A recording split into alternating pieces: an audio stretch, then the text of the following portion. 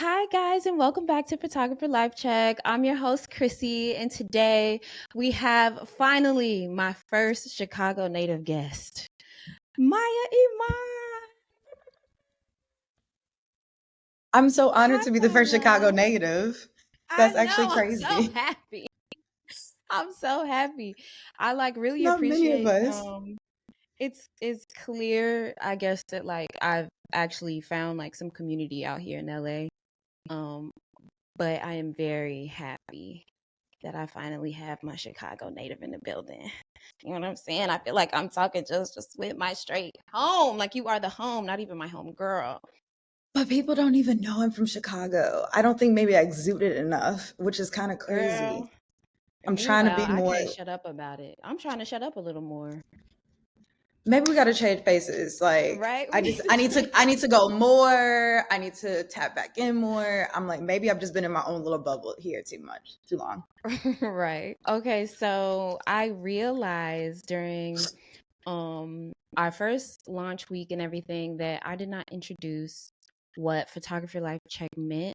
It's just a thing I've been saying for probably over a year now that I did not consider explaining it, but it's just literally a life check. Like as a photographer, it could be your career, something exciting that's happening, a project you have, something that happened on set, or it could be personal life, like as you are, how you feeling right now. So, Okay.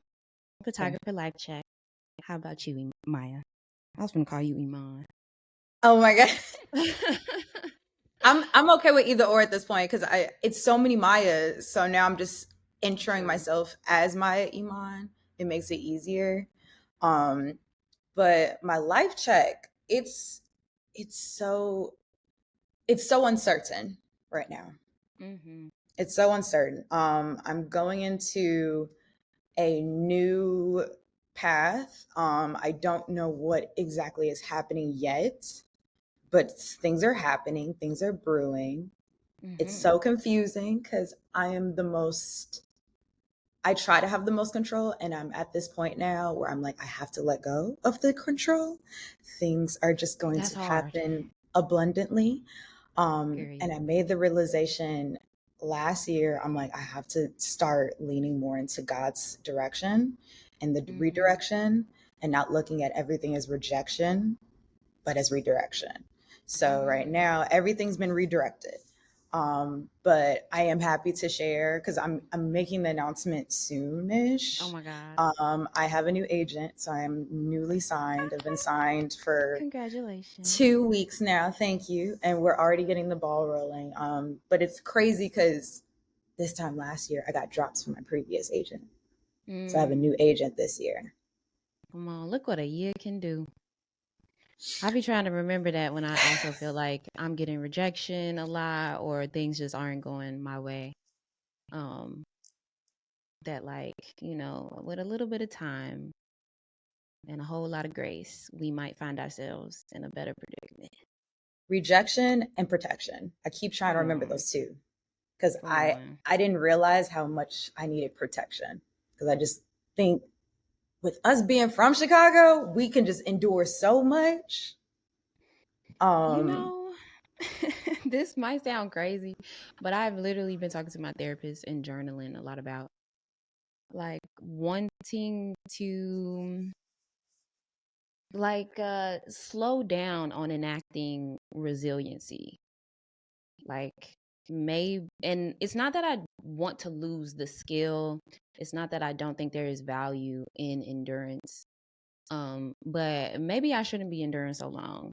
Maybe I shouldn't be so quick to try and be resilient and instead ask for help and instead just fall out and cry if I really needed to, you feel me?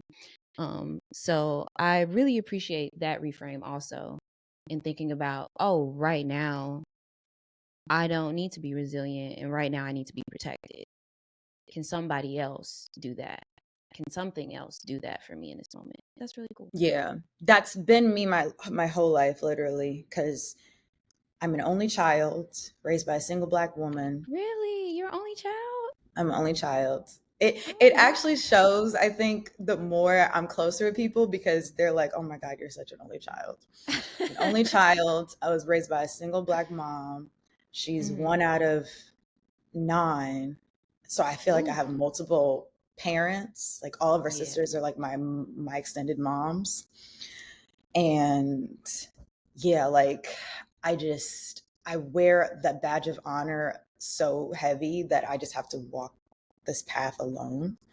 And I'm Mhm. now fully leaning into the help that is being constantly provided.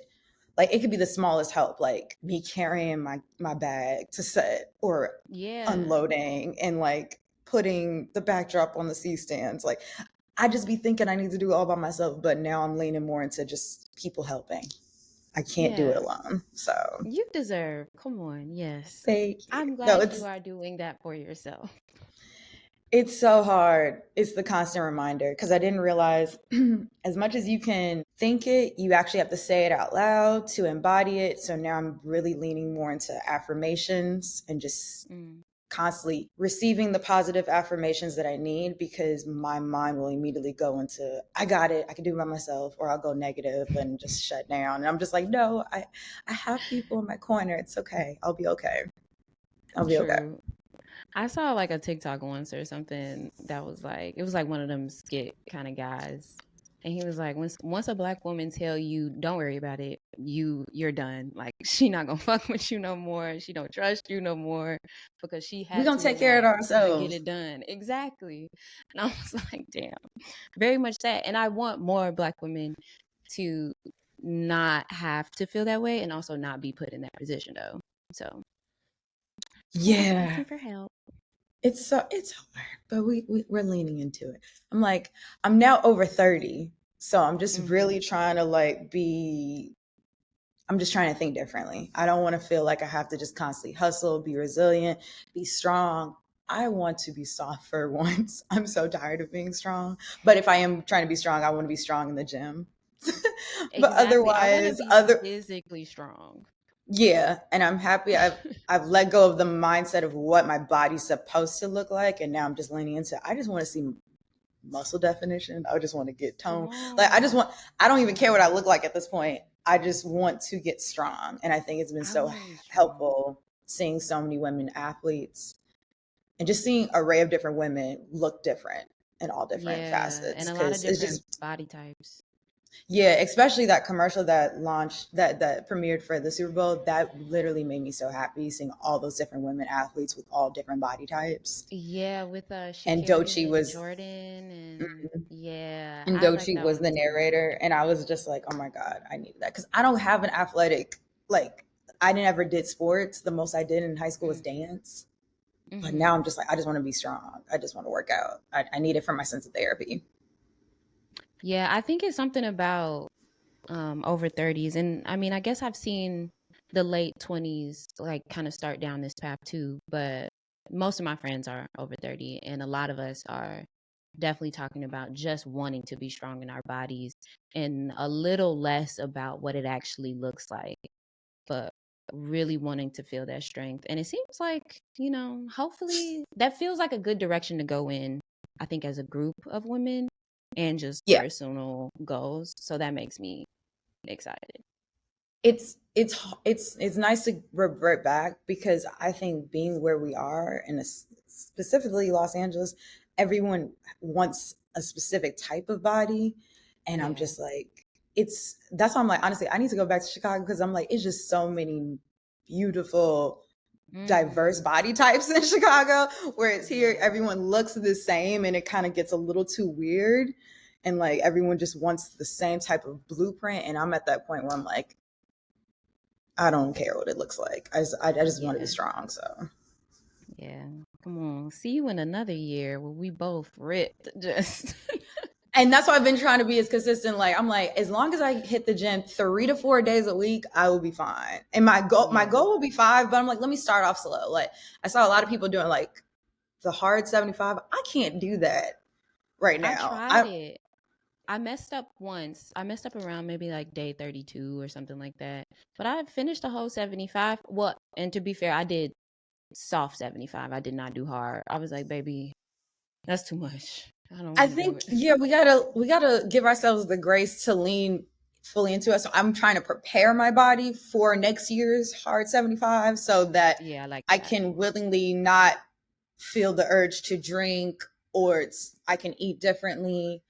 I want to prepare my body, not just like throw it into, you Yeah, know, the hardness of it. And I'm just like, I'm not ready and I'm not trying to kill myself. So yeah. exactly. I feel that. To speak a little bit about, you mentioned your home life earlier. I'm curious, did you grow up with cameras in the home, photographers in your family, or anything like that? So it's so funny. No, I didn't. Everyone in my family is scared of a camera in our face. We're the most self-conscious group of women I've ever seen. And Oh, no, it's so weird how I'm a photographer, because I don't like taking pictures because I was around women who don't like taking pictures. But we always looked at it as a perfect way to document life as a time capsule. So my aunts, and I think my mom as well, have books of photos, but they're just so self-conscious, and I'm just inherently self-conscious of what, as well as a camera. But no one around me was carrying a camera constantly except me.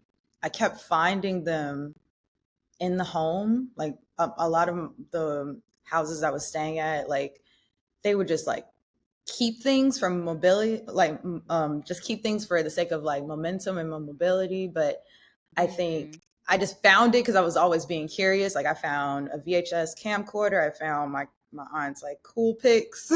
Like I just kept yes. finding cameras and I just kept taking them. And I was just like, "Can I have this?" And they were like, "Yeah, I didn't know that was there." So I just kept taking them, and I would take them to school, and I was taking pictures of friends, and I just really didn't look at it like this is my career, which is funny that it's my career Yeah. now. I feel But like it took me a long time to even realize how to make it a career. So, when did that happen for you? it's funny because I think the light bulb hit for me in college, because originally my background is fashion. Hmm. So my goal, even when I was little, I always said that I wanted to be a fashion designer, because I only had two other career choices before being a photographer.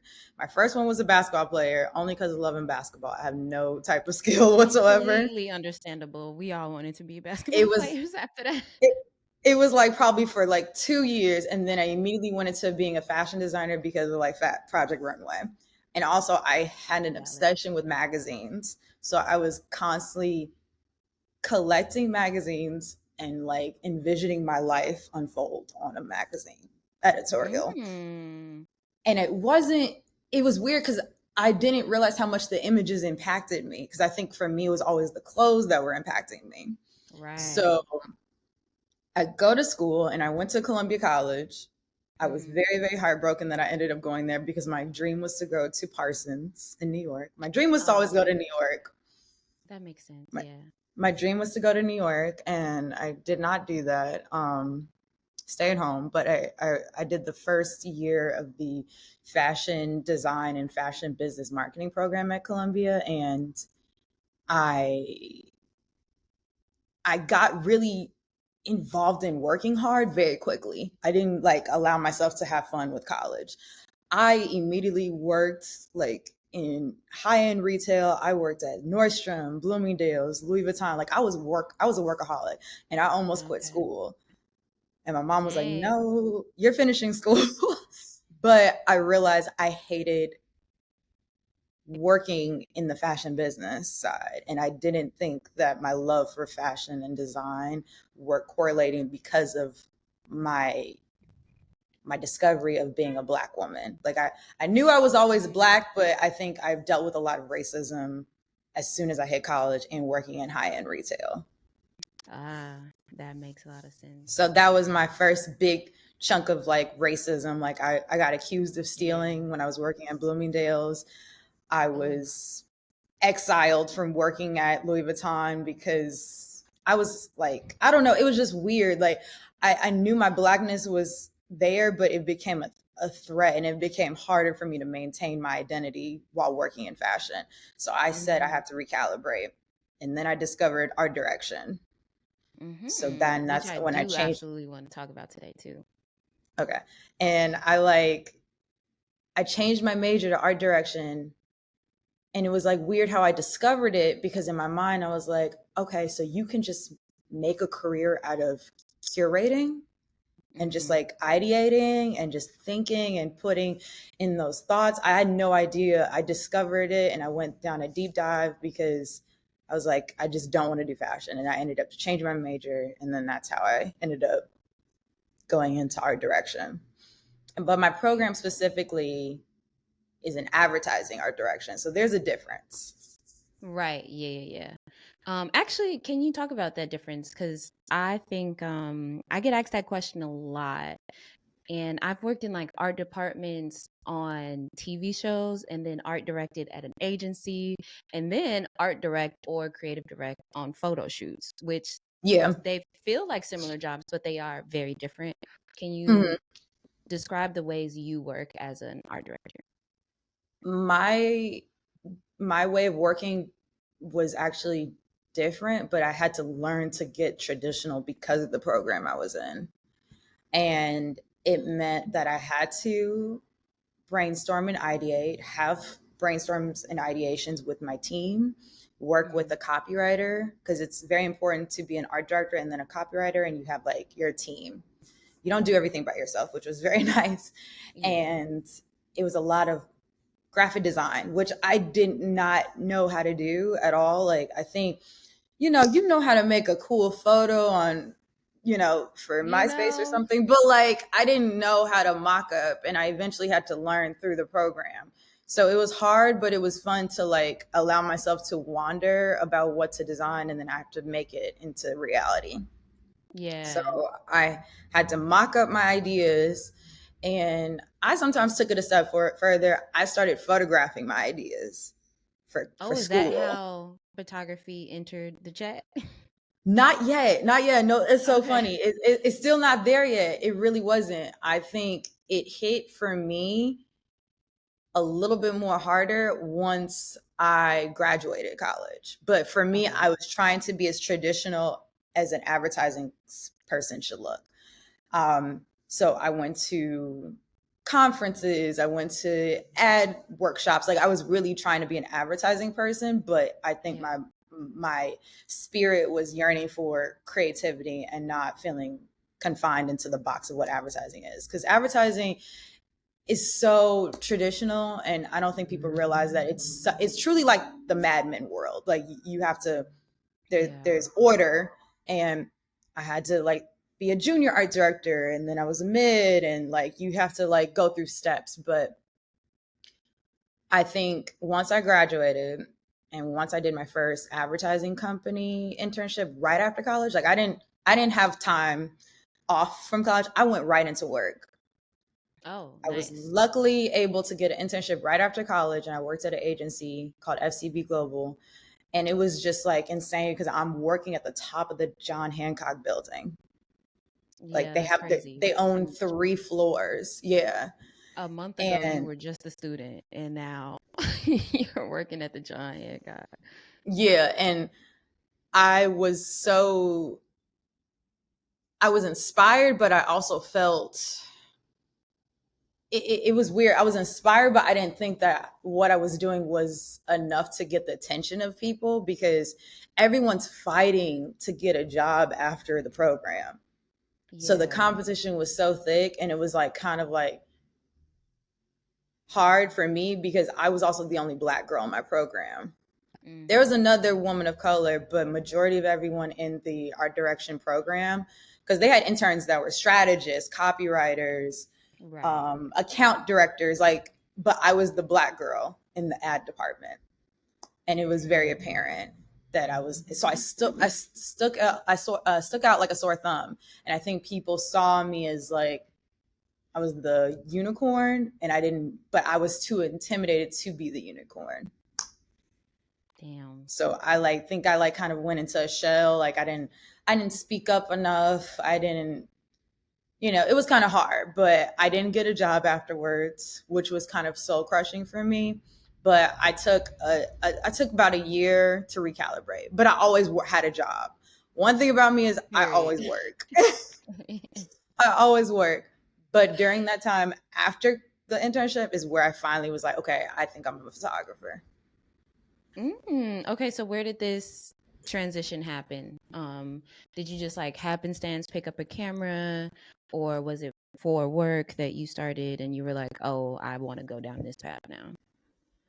No, my biggest I always had a camera, but I kept pushing it off like a hobby. I just kept saying it was a Okay. hobby. I never wore photographer as a title or badge of honor. But as Yeah. soon as I got done with the program, I knew I needed to find something to separate my work from like I just really leaned into it as a hobby, but I was like, wait, I want to do this for my life's work now. And at the time I was working actually at the promontory Oh shit. in Chicago. I was working Yeah. there right after the internship. I was working there for about 2 years, but during that time I was working. I lived in Hyde Park. I was partying, but I just was like, I gotta find a sense of purpose. So I Hmm. picked up my camera again because I kept noticing that there was like a wave of women photographers happening, and then this is at the time where people discovered the term girl gaze. And Mm. I was like, okay, what does this mean? So I started being a student again, and I didn't realize at the time, but majority of my favorite photographers, especially in fashion brands and like within the fashion magazines, were all men. So I took the time to do the research and understand who these men were, how did they get to be a photographer, and yeah, I was like, oh, there aren't a lot of women that are being pioneered into the photography space. Yeah. So when Especially in fashion. yeah, so I think when the girl gaze movement kind of was happening, it wasn't like new, but I think the world was finally paying attention.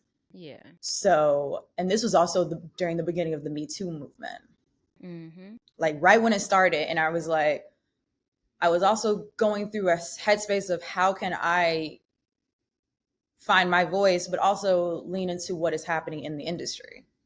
So it's Okay. like me being an artist, but also leaning into what I'm looking around me because that's where my headspace was going in the photography and then the Yeah. advertising world. So that's when I created the series Flawed, and I showcased it in Chicago at the AMFM gallery. And that was my Yeah. first Shout art out to show. AMFM. Yes, no, Sierra took a chance on me because she was like, everyone knew I was a photographer, but I had no idea what I was doing. I just kept That's posting on hilarious. Instagram. That's so real. I feel like it's just natural, a part of the stages of becoming an artist in general, for real. I was about to say photographer, but there's always the era where you're like, girl, I don't know what I'm doing. I'm just making it up as I go.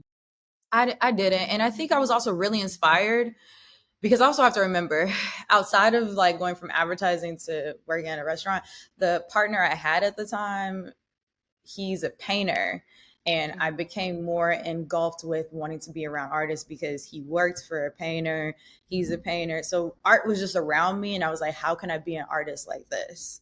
Yeah. So he was a big part of as well my journey as just telling me to like think about my process because I was also photographing subjects for his paintings. Mm. And I think it became fun, but it also just felt like I was just collaborating with people around me. But then Yeah. that's when I That makes said, I'm sense. going to take pictures of women who I know who you don't typically see in photographs and make them feel beautiful, but also have dialogue and conversation with them before I photograph them just to get them into the headspace.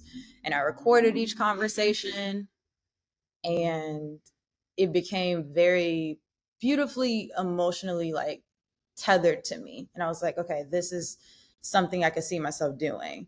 And I like came to my gallery show and I had people there supporting me. My family was there. My mom had no idea what I was doing with these photos. She was just like, why are there naked women on the walls? But she was like, Maya, you're an artist. I was like, I guess Oh, I am. So yes. that was kind of like the birth of it, but I didn't take it seriously until I saw people come to support me and allow me to tell stories with photos. Like I didn't realize that I can do that. I think I was just doing it for a hobby for so long that I didn't take it seriously. And then after that, I then was like, damn, I should have majored in photography.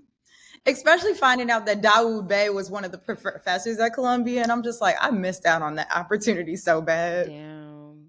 Yeah, I completely missed out on that too. I didn't know that at the time. Yeah. So we have art director Maya, we have photographer Maya. I know also we have production designer Maya. Where Oh did yeah. she get birthed in all of this? So she got birthed into this, actually, which is funny. It started in Chicago for a second.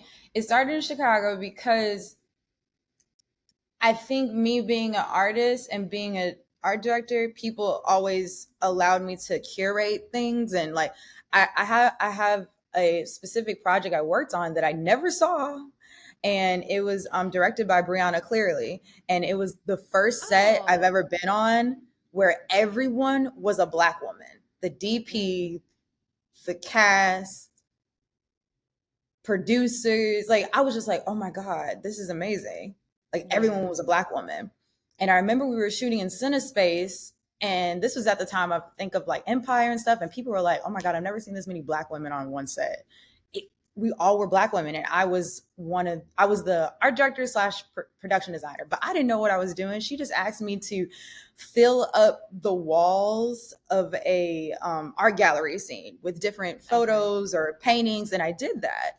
And I was like, oh, this is fun. And then during my time of researching it, that's when I discovered Hannah Bleeker, and she's like a world renowned production designer, and she's a Black woman. She does production design for Okay. Beyonce. Come on, She Hannah. collaborates heavily with Ryan Coogler, and she did Creed. She did Black Panther, and I was just like, oh, I can do this. Like it was so fun, Yeah. and I loved it. So production design Maya got birthed in Chicago. And then I did it a little bit here just because I became a freelancer out here. I became a full time freelancer living in California.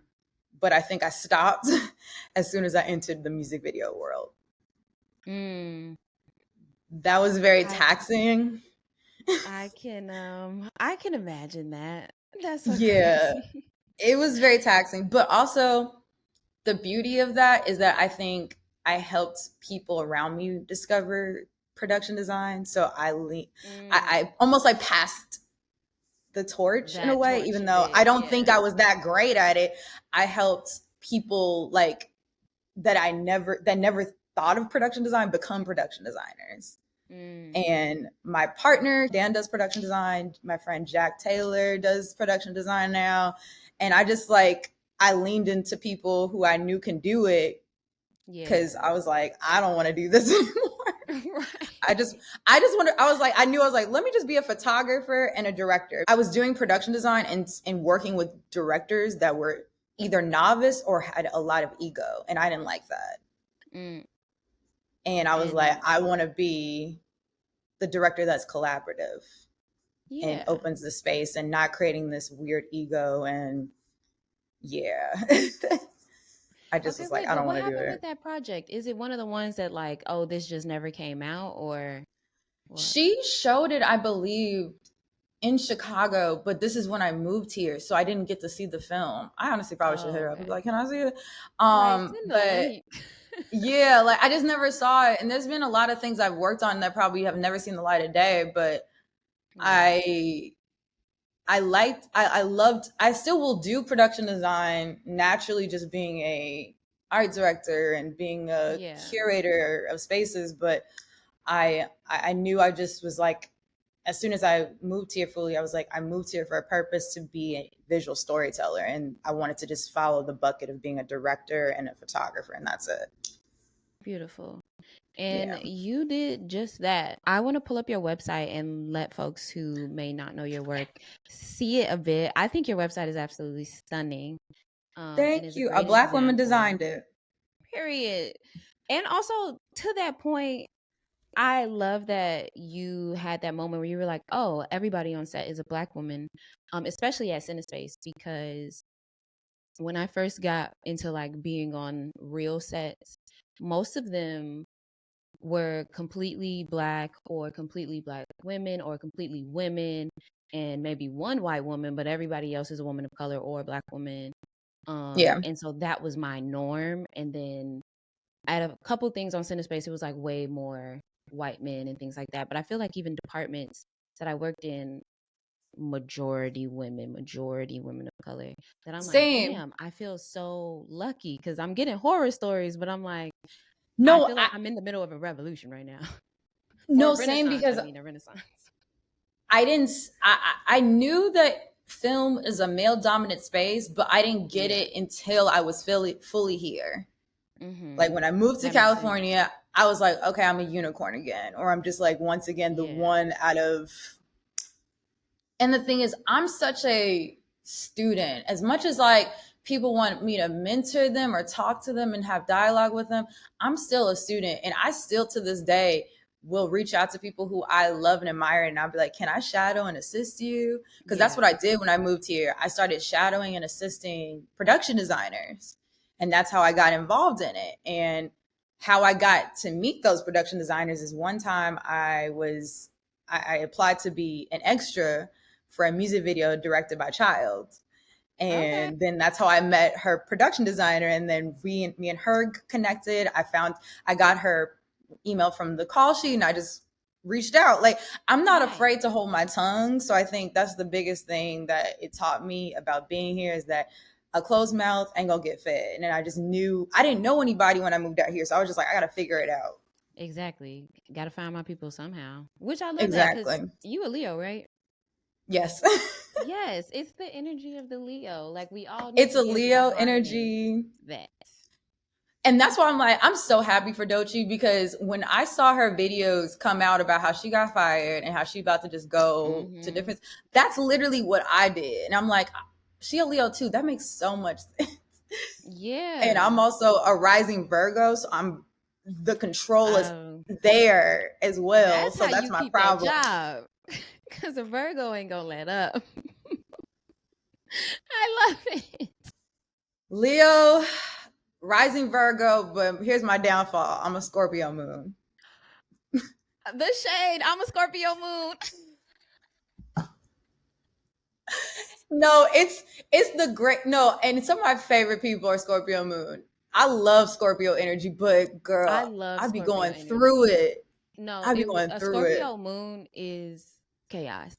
And I'm a double Aquarius. I'm a Aquarius sun You have and rising. so I was about to say you have so much water. That's not water, but you know what I mean. That's Air. just a lot of clashing. Yeah, that the air and the water just be like, I don't give a fuck. I care so much. Like, That's me with my fire and my water. Like they just girl, it's a because I'm it's a truly a relationship. fire sign. I'm a true fire sign, but then when I'm sad or when I feel rejected or feel like I be feeling like the underdog. So that's why it's so funny Mm, that I like receive flowers and praise for my work when I'm like I feel like I'm an underdog in the industry. Like no people know of me, but like don't really like it's kind of weird. Like it's a weird industry to navigate right now, but I still feel very fortunate that I'm able to do what I do yeah, and not feel like what I'm doing is not enough. It's just right now I'm being protected because something greater there is you coming. go. Come on, we being protected right now. Mm-hmm. But we can get into that a little more too, especially considering this transition from Chicago to LA. And I want to get into like the work that you've created here. So I'll start sharing your website right now.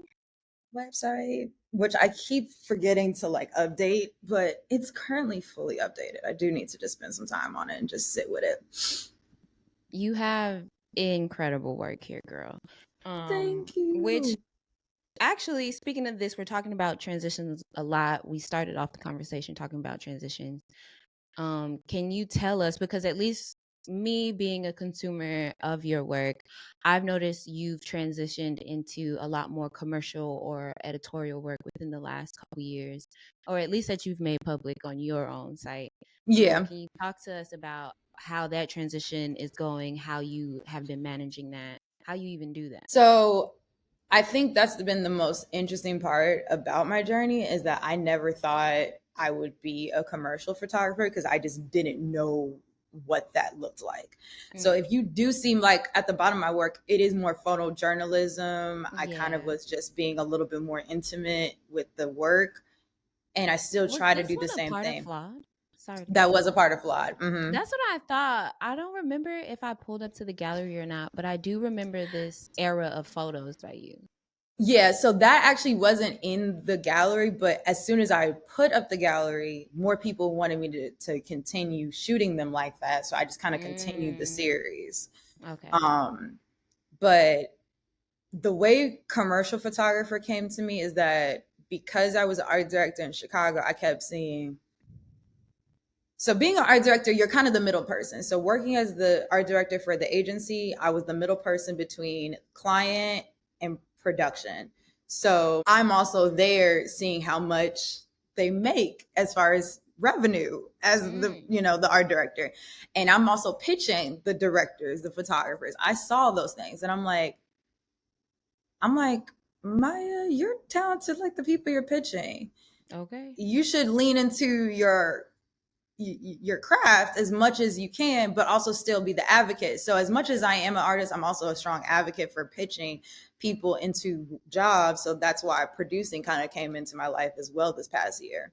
But I moved here, kept just kept making my own work because also I moved here in the pandemic. I don't remember when you moved here, Mm-hmm. love, but like I moved Right here before. November 2019 and didn't have I got let go from my job because of the pandemic, and then I just kept doing test shoots. So the photos that I did of D Smoke, those were things that I pitched to him and his team to do, and I brought Okay. together an entire production for him. Same thing happened with who else did I do pitches for? It was just so many different projects I was pitching. So I like had ideas, I sent them out, but then I was like, wait, I could be getting paid for this. And Mm-hmm. I think also after I did those pitches, some people in the LA scene saw my work. So the biggest highlight of my pivot from photojournalism to commercial was my work being showed on Insecure. Yes, which I do remember. It was so beautiful. I was like, oh my Yeah, no, that was the craziest alignment because specifically the biggest reason why I moved out here was Issa Rae, was Kendrick Lamar, God. Mm-hmm. and for my work to be highlighted on her platform was just like something I just never saw coming. They Oh, they they contacted me, but I just was like, okay. The production designer contacted me, and I was just like in my mind, like, okay, this is amazing, but I don't know if my photos are ever going to be seen. Because being a right. production designer means you're dressing multiple scenes, but the camera may never see it. Exactly. So I remember, I think I was coming home from set, or I was working at a restaurant because I still listen. Bills got to get paid. So Hey. I got a message, and my friend was like, "Maya, I just saw your photos on Insecure," and I was like, "What?" Like I knew they was gonna show up at some point in the new season, but I had no idea it was gonna be when. They didn't give me Right. no warning. So I run home because you remember Insecure was every Sunday. So I run home to see it. And then when I saw my photos there and my name was right there in the corner, I literally started crying. I think it's on there. Oh yeah. Oh, yeah. Oh Oh, yeah. look, So there when it it is. yeah, Yes. so when it was right there, I literally was just spazzing. I was just like, what is happening? I had so many emails, people just like reaching out and say, I saw your work on Insecure, you're so talented, keep going. And mind you, Wow. those are all of my photos that I just made out of just my own, like me just being an artist. So none of Yeah. those are commercial photos. And I think after that, then agencies started saying, okay, who is this person? So then I kept getting approached by different agents, producers. I started getting a ton of emails, and I didn't know what to do with all this because I'd never, I just didn't know. I didn't have like anyone to lean on to or help me understand how to pivot from this momentum moment in my career. Yeah, that makes sense. So I learned to navigate it. But as soon as I had my work feature on that show, I got signed. And I think it was also a big impact from Black Lives Matter and the George Floyd impact. Mm-hmm. A lot of Black artists that I know who are signed are no longer signed because a lot of these agencies don't know Mm. how to rep us in the best way because there's just a weird issue with like learning to pivot and sell our work and the value in our work. And I think it's so confusing because you see a lot of white photographers who capture a lot of black artists or black people, and they pivot and they just get all this different work, but it wasn't the same. And I even told the agent at the time that I want to be able to see my work in different places, not just capturing us, but I want my work in different places. I Yeah. didn't want to, I was open to being as big as I possibly could be because I just didn't know. Like, I knew that once my work was on that show, sky was the limit. So I was just kind of just keeping myself open minded.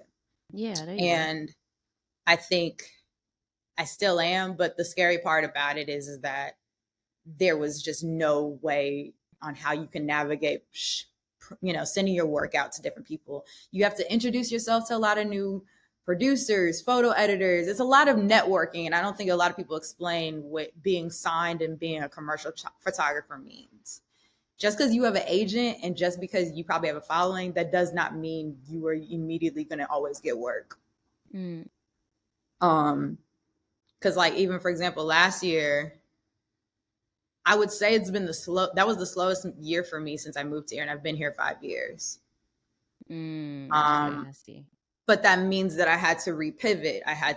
I needed to reconnect and meet new people, meet new producers, photo editors, introduce myself to a new wide range of people.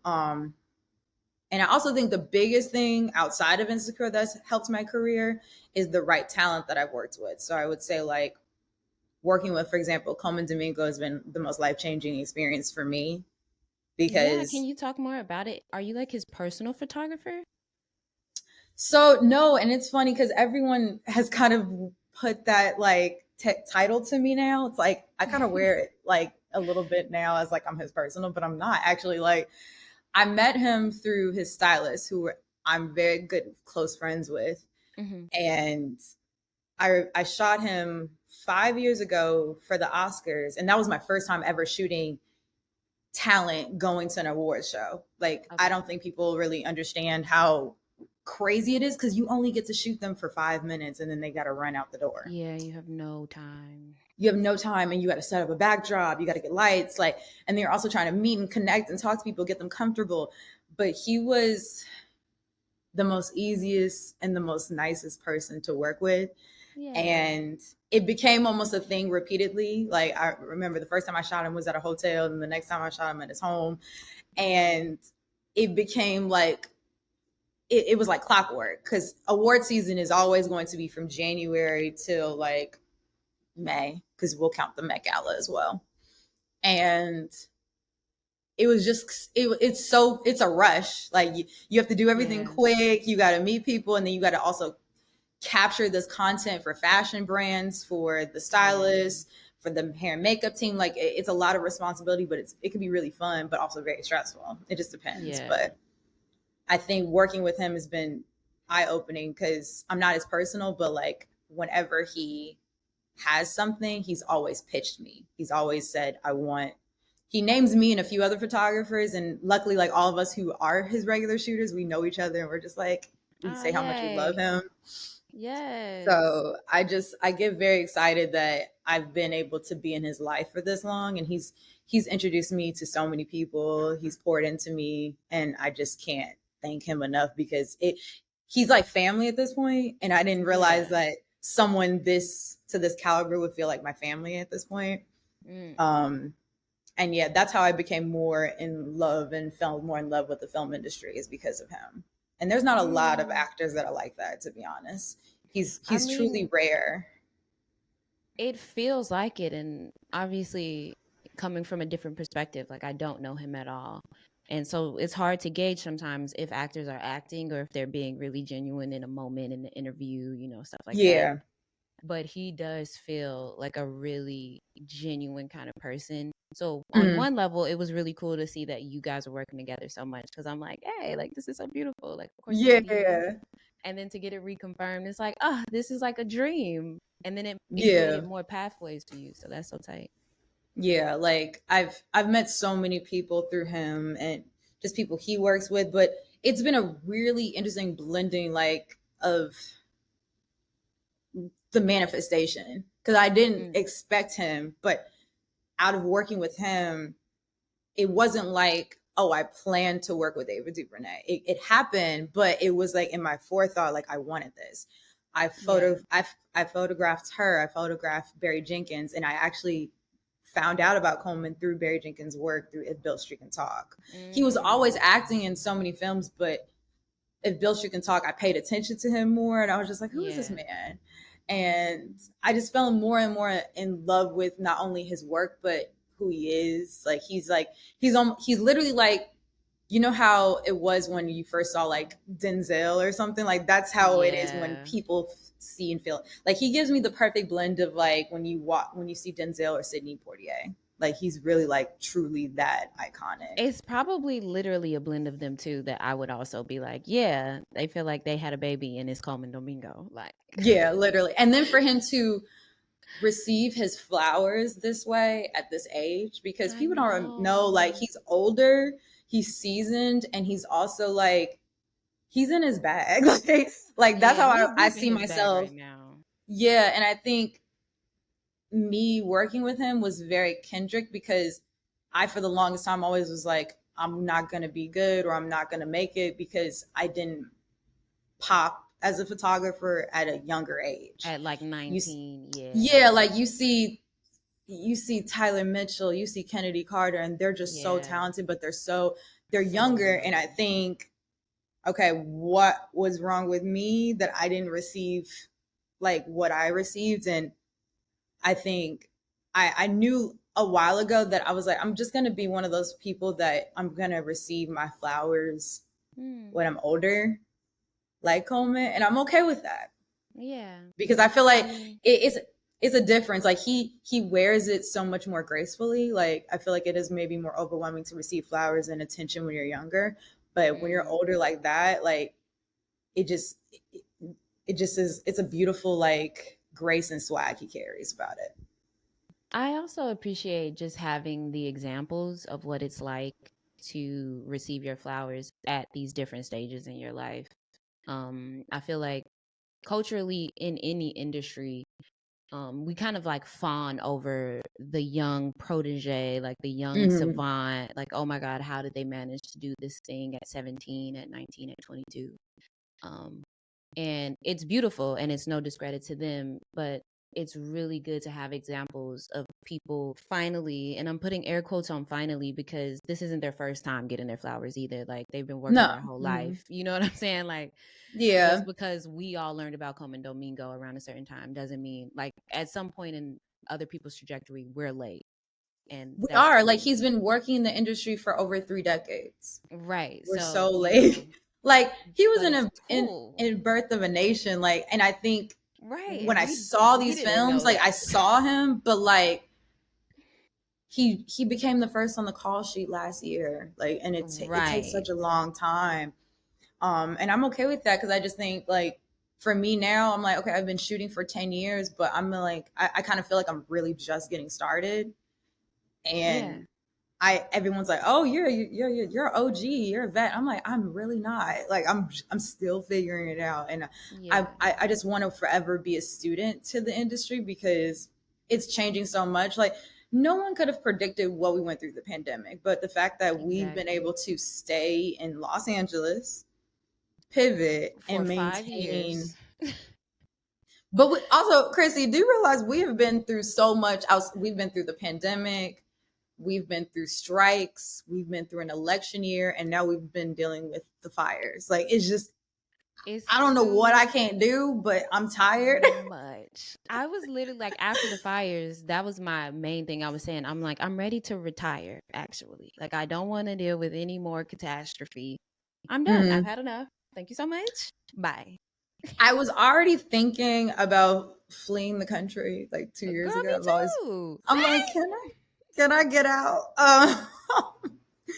But I mean, I feel like it's interesting. So it's like because right now I'm in this headspace where I'm like, okay, I've been here 5 years, and this is my time where I, in my mind, was like, I'm ready to move forward. I don't know Yeah. where that is yet, but I'm going to allow it to come, and I will receive. I just Yeah. don't know. I still think I will be here, but you don't have to live here. Exactly. We know But so that's many also, artists that don't yeah. really have But also that ties into our story of the fact that we had to leave Chicago in order to pivot. yeah.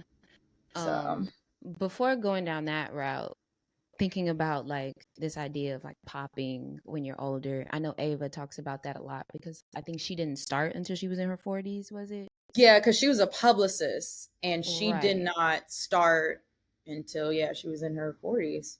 Because I think So her and thinking Coleman are around about the same age. Yeah. okay. So thinking about like that idea and then also the fact that you've shot people like Ava, Barry, Michelle Obama, how how do you manage shooting people you already look up to? Because I think I'm curious about if there is a different energy once you know the person already, like especially somebody like Ava, where it's like Mm. I am a huge fan of her work and I am about to photograph her. Gagged. Like what?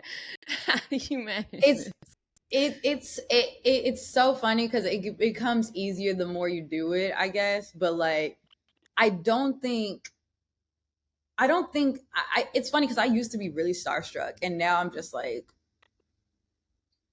especially being in intimate spaces where Coleman has allowed me to be around him and his friends. Like, he's introduced me to, I was like, this man just introduced me to Lenny Kravitz. Like, I just like what? Like, but shooting Coleman, I mean, so shooting Barry actually was my first time I was really nervous because it was like one of my first big editorials.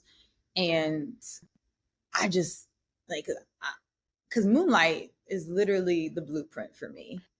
Oh my god. And I was so nervous and I had such little time because he was also in the middle of doing press for the Underground Railroad. Mm. And I think you have to you have to remember that there's a lot of preparation into what you do. Um so I try to now become over prepared so that when I'm in the moment, I can pivot into different places or something like that. I also try to come with a sense of understanding and research of what I'm doing. I can't just go into it like, oh, let's just shoot, you know?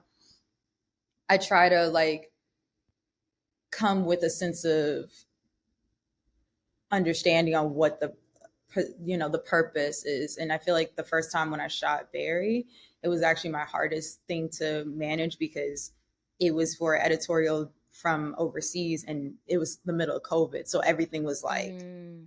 tight teamed and stuff. And also I Yeah. just didn't know how to tell my friends who I still work with how to like help me with the right lighting, with the right look and feel. I was also working with a high profile stylist. Like, everyone was looking at me to be like the leader, and Directing the set. Yeah. I was still learning. So now I'm like, dang, if I could redo that, I would redo it all over again. But I think it was funny going from Barry's to Ava. I had a real sense of what I knew what I wanted to do. Yeah. I was asked to shoot her, but I was given the space to creative direct the idea. And I specifically knew and did the research on the origin film and who she was making this film about. So I wanted who the woman, I wanted Ava to be embodied into the look and feel. So that's why with all the photos, I wanted it to be about coming into the light and hiding behind the shadows because that's the idea of the caste system. And I was Which very that was an intentional about, incredible movie. yeah, like it was very intentional. And I think that was very that was the point. Like, I wanted it to be the colors and the look and feel. Like, they specifically were like, what do you want to do? So I said this is how I wanted to frame it. And I didn't even, this wasn't even supposed to be the cover shoot. This was just supposed to be Mm. editorial, but the team loved the images so much. They were like, Period. okay, we're putting this as the cover. And then Period. they upped the pay, and also there was Period. no budget. But there was no budget, so the budget was literally nothing. And then when they gave up the budget, I was like, okay, I'm splitting the money fairly with the rest of the people who helped me, That's because beautiful. I had I had my friend produce it. I had my other homies help light, assist, do production design. Like I had a team of about, like, I think it was like 6 of us, and I was just so happy and excited. And I think I couldn't have done that alone. So I was like, why would I Yeah. just pocket this money? I'm just going to split this fairly with my team. And also that at that point made me realize, like, I can't do this alone, and I have to learn Mm-hmm. how to manage what I want to do better. A lot of artists, it's so hard for them to communicate to their team what they're looking to do. Yeah. Um, I think, and I can we just, talk a little bit more about the money? Like, I mm, always hear there's no money in fashion photography and editorial. You do it for the connections and then you get breaded elsewhere. mm, But people kind of hide how that is, what that is. For the photographers that are just like starting out in this situation, really wanting to do editorial, what is the game plan? Because not everybody will get so lucky that like you prepared so much that they were like, oh, wait, this is actually the cover shot. Now we have mm. a budget for you. What do you have a strategy? Do you have any tips to get photographers to find their bag if they want to go editorial route? So, and that's the thing. The editorial world is going to be the long game. Mm, Editorial is it editorial is journalism, and it's slowly becoming less profitable, but it's always but it varies on who's the artist. So I think the more high profile the photographer is, the more money they're banking. But I think people need to realize that mm, it's a ripple effect. Editorial is always about exposure, but exposure is important because that's how you're going to get the brand photos, the brand photography. So yeah. like, I think people forget that. I'll use Tyler Mitchell, for example. He was Mhm, able to pivot because of the fact that, okay, he's in the world of Vogue. So then through that pivoting of his work, he was able to do fashion campaign shoots. That's money. mhm. That's not the same as shooting for a publication, but when the brand comes to you and they're like, okay, we're going to use your photos on all mediums, meaning social, out of home, print, they're doing a buyout. That's where the money is. So whenever there's a company coming to you for a buyout, that's where the money comes. But you are able to get the attention of people based off of the editorial work. So everything that I do as far as like editorial or press coverage, because press and publicity are very similar, Mhm. but it's not a lot of money being driven, and a lot of people really do care and still like kind of think that, oh, you'll do it for no money because it's a celebrity, Yeah. you know. But you sometimes take those opportunities to pivot into a bigger situation. So Yeah. I think people need to learn that, as much as, yeah, like if you love doing portraiture, you're able to pivot into different industries. Like I never thought I would ever do car photography, and Yeah. I've worked with Nissan, Infiniti, Audi, Hyundai. Those were my biggest projects, and I Mhm. made the most out of working with those brands. And then you'll make a lot maybe doing work with alcohol or food brands, like, Yeah. but there'll be a talent involved. But I think editorial, I'm always going to love editorial, but editorial is the stepping stone. That's a good way Commercial to is the describe it. bag. Like Yeah. you have editorial and you have commercial, but you don't get the commercial without the editorial push. So that's why editorials are so important for the work that artists are doing.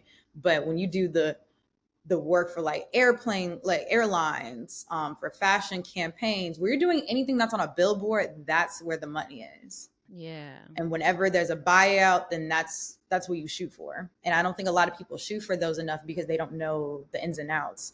Reach out to producers, ask for a portfolio review, or just sit down and have coffee. Like you have to network across, or like find people to connect with.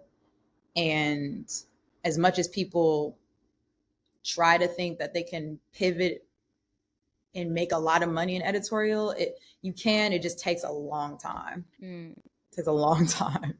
Girl, I feel like we need to already schedule a whole nother episode so we can talk about the ins and outs of contracts and really how to get your bag when it comes to this commercial Yeah, yeah, photography. no, I think because look, I don't think being signed is for everybody, but you have to be able to communicate that.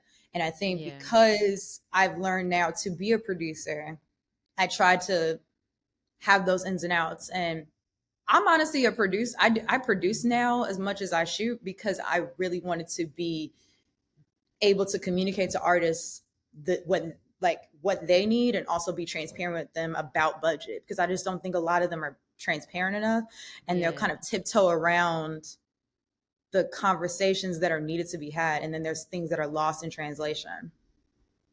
Everybody's scared to talk about the budget. I'm sick It's of the it. budget and then also my biggest issues is like when people hire photographers for film, like for unit stills Hmm. or like for commercial shoots, they look at us as like, okay, you got 5 minutes, do what you need to do.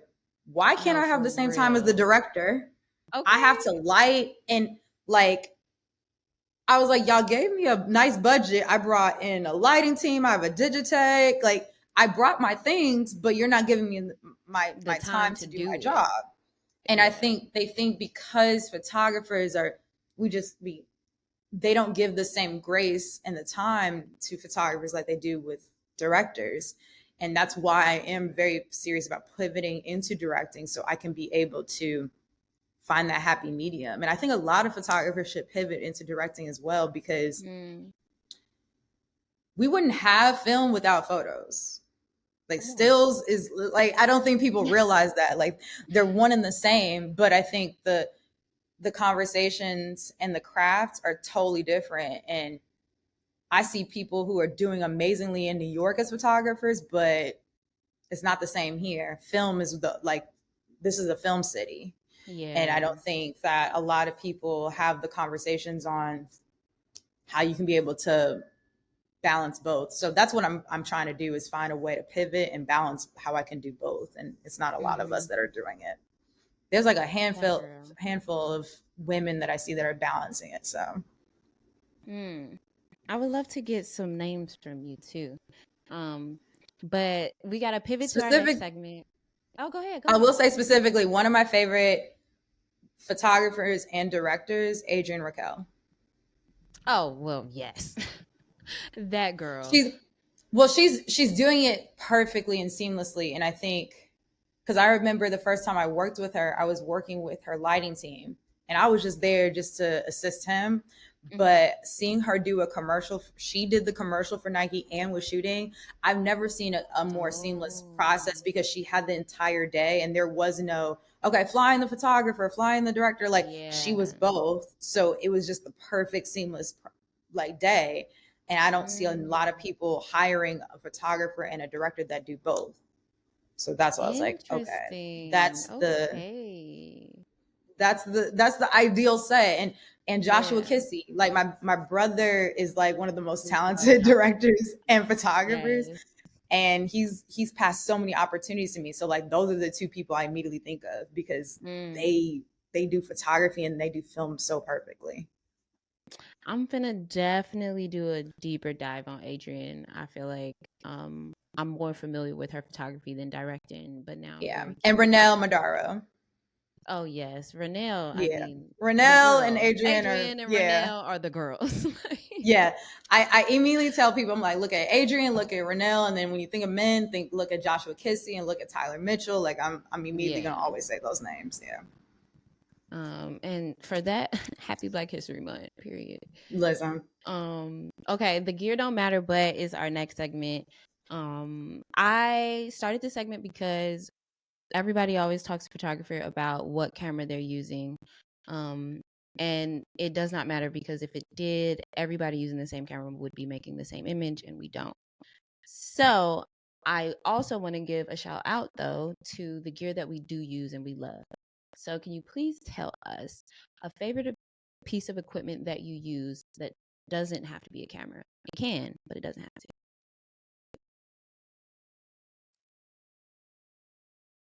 I would I'm leaning to lighting. Lighting is so important. Right. And I think because I have to be more mobile now, I'm going to immediately shout out Pro Photo. Period. I wasn't trying to even go in the Pro Photo realm because listen, it's a bag, but it's really worth it to me. It is. Um, When you experience, oh my goodness. It's just way too functional. It's perfect. it's literally the Apple product for the lighting world. Literally, that's such a good example. It's literally that, like, because there are moments when it's like, okay, if I don't have a solid budget to shoot press, like for example, there's a difference on what I had because I shot Coleman 2 days this past weekend, for example, but Mhm. the most recent day, I couldn't bring my friend to help light. Like I have to do it myself. So I have my Clit softbox, my A10 Pro Photo, put it on a mono stand, and I'm holding it while I'm shooting Mhm. at the same time. And it's just like it's so needed because I think as much as like you like natural light, you like it to look as clean, like you can make the most natural light with strobes, and you have to Yeah. learn like with strobe, with continuous, like I'm specifically going to shout out Trocon and Damo because they're literally like my lighting, Truly. Shout out to Trocon and like Damo. they're, I would not know how to use lighting if it wasn't for them. Mm. And they are like the best teachers ever. And they've poured so much into our photography community. Yeah, they have. So like I think if it wasn't for them two, I wouldn't know anything about lighting. I would still probably be shooting natural and just trying to figure it out. Right. Like Trying to find it. I was like, what am I doing? Like, but like they're literally the best. And they're magicians, literally. So Beautiful. like do I just name everybody? But I mean, I'm not a gatekeeper. Exactly. Trocon, Damo, they're the best. If you need lighting, if you need DPing, if you need a shooter, because Trocon is a shooter too. Like, Yeah. just yeah. And shout out to Profoto too, sponsor the pod. Thank you. And here's our next segment called Shoot Your Shot. And I just want to like create the dreamscape. Who is somebody like an artist or whoever or a company you would love to photograph or work for? I'm just gonna go immediately with my first mind. Rihanna slash Savage Fenty. Yes. Um, I think it would be so fun to keep to work with them because also like it would be nice for me to return back to this way how I was photographing, like more intimately, Yeah, I can already see like I just want to shoot in the girls' bedrooms, like it. of Yeah. them and their outfit, because like that's just where I started, and I think I I didn't realize how confidently and beautifully like they capture the women, and I Mhm. think like Rihanna just does it seamlessly, and like I already I was already like, look, I'm manifesting brands like that to do work Yeah. that are just a really big about inclusivity and diversity, because Especially now DEI that is a threat. everything, right. Now that everything DEI is is the being threat. rolled So back, yeah, I think it's even more important to be focused on the brands that are not letting up and was their mission from the jump. Um and Rihanna changed multiple industries in dropping Savage. I feel like it impacted the culture so very deeply and changed the with way people shot, intimate wear. Like, intimate wear, even how she captures beauty. Like I yeah, never thought I would want to work in beauty and hair, and I'm just like, it's so beautiful. And honestly, like even like I don't know, a lot of people don't even remember. You remember she did the brand with LVMH, like her, yeah. it was just her Fenty clothing, and I was like, I was obsessed because she specifically had Renelle shoot the lookbooks. And those images were the first images that I saw that had me curious about fashion. I never wanted to do fashion before. I appreciate a lot of fashion photography, but I was just like, okay, this is tight, just not my path. And it was in particular a shot of some sunglasses that I was like, I want to take this shot. Like, I'm sad that I wasn't the person that took this. Mm-hmm. Completely inspired me. Like, It I was already see it for so you. intentional because Renelle is very. I think outside of Renelle being such a great photographer, she cast the most beautiful, authentic New York woman, Mm, and you can tell because she uses a lot of like the same girls and campaigns, and it just feels so. It literally feels like New York. Like I'm just mhm. like Mhm. I can look at each image and I'm like, okay, this is shot probably in this neighborhood, or like it just feels so good. And it doesn't even feel like it's a campaign. It just can feel like she just is shooting a girl like Yeah. at a, on a bench or in an elevator. But it looks so beautiful. Like Literally looks like a unit still, like, but with literally. film. So yeah. So incredible. Well, beautiful. To wrap up our conversation for today, I want to do a little photographer fit check. One of my big dreams for the I'm like, podcast is wait, don't worry, don't worry. One of my dreams for the podcast is for it to be in person. I see it so vividly, and photographer fit check is just a fun, cute little thing I do where I talk about the fit I'm wearing to set. mhm. And so, us being on set virtually right now, you can just shout out one thing you're wearing. You don't gotta get up and show the whole fit or anything. Okay, cool. Yeah. If I usually am honestly wearing a jumpsuit. I'm Oh, and always you wearing a jumpsuit. be and you be free. I always, because I'm very simple on my color palette. My three go-to colors: red, black, and green. Mm, And I specifically always love wearing my army green. It's like a utility jumpsuit. I like, and I'll put on some chucks or I put on some ones. I love And Chuck. if I'm feeling like let me put on some makeup, I'll probably put on a red lip and just some gold hoops or something. But Yes, I feel like there like was a deep era where you were wearing that red lip every day, and it's perfect. Like you found your was perfect red. thank NARS, thank God for NARS. Yeah, I actually probably have it on my TikTok. Like I would wear a ponytail, my glasses, my red lip, Yes, my army green jumpsuit. But yeah, I am excited to pivot into other looks, but I'm always wearing a cargo pant. And I also like I have to have pants because I'm probably putting my trigger. I even will put my lens in my Y3 cargos, like I know just because that's I'm right. yeah. If it's So the sturdy pockets enough, why galore. not? Mm-hmm. So yeah, that's Beautiful. usually what I'm wearing. That's usually what I'm wearing, especially on set.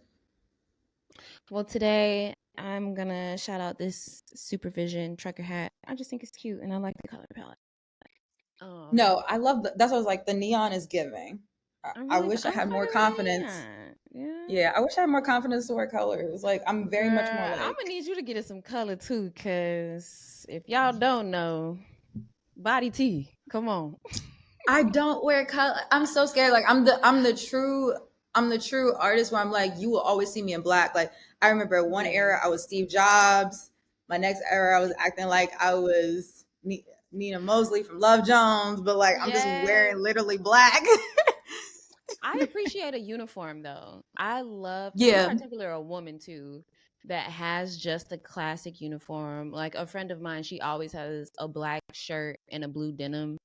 The type of blue Mm. changes, the type of shirt changes, but it's always black and blue. And I'm like, it adds to the aura. It adds to something. I I like it.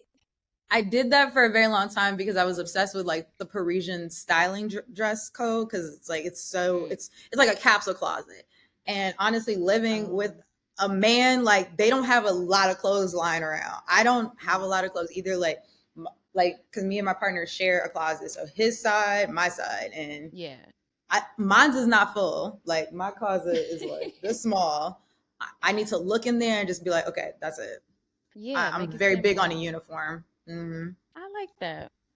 Well, Yeah, beautiful, but I do Maya. want to add color. But yeah, I'm Oh, very big on a uniform. yes. We gonna get you in some color in 2025. Colorful girls. Yeah, I do need to. I need to travel. When I travel, I'm in color. And When I that travel, makes I'm in sense. color. Yeah, Okay. like I remember when I went to Rio. That was the most color I ever wore in my life. Oh, that's at the But top yeah, of the list. I would love to go to Brazil. Brazil's the perfect place to shoot. Like it's absolutely perfect. It's Which shout perfect. out to Cam for that. I keep telling him like No, Next Cam, time, put me I on think your he got his tab. visa now. Is he a citizen? He's damn near a citizen now. He has to be. Like Cam is serious. Like I'm slacking on my Duolingo Portuguese, but I'm on my French Okay, Duolingo come every on. day, just in case if I need to buy a one way ticket. I got it together. Gone, exactly. I can get through the border at very least. Exactly. But yes, thank you so much, Maya. Thank you so much for Thank talking to you. us today and dropping some gems. I'm dead ass. I feel like you need to come back soon already, so we can figure that out.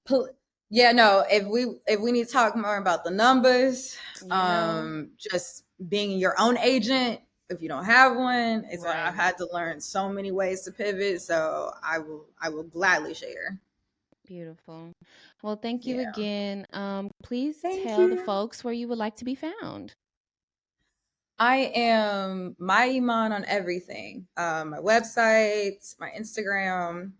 I'm honest. Also, shout out to LinkedIn. I need y'all to really start sharing your work and being on LinkedIn. I'm very transparent and sharing my work about and talking just about the industry as much as I can on LinkedIn. So it's Maya Yeah. Iman everywhere. Um, yeah. So it's mostly Instagram, LinkedIn. I'll be on Twitter a little bit, but Yeah. but yeah. That's all I gotta say. Beautiful. Well, you can follow us at Photographer Life Check on everything. Please rate us 5 stars on the things, leave us Follow. comments, follow us everywhere. And if you have any suggestions, you can hit us at photographerlifecheck@gmail.com. We'd love to hear from you. And we'll see you next time. Thank you. Bye. Today's episode is brought to you by Art House, the first Black-owned film lab in the city of Los Angeles. All my photography homies love Art House because they specialize in C41, black and white, E6, and ECN2 processing for both 35mm and medium format film, all while using a custom-built cinema scanner to get you those stunning movie quality stills. So go pick up and drop off a roll at their new location in Chinatown and check them out at arthousefilmlab.com or Art House Film Lab on IG and tell them we sent you.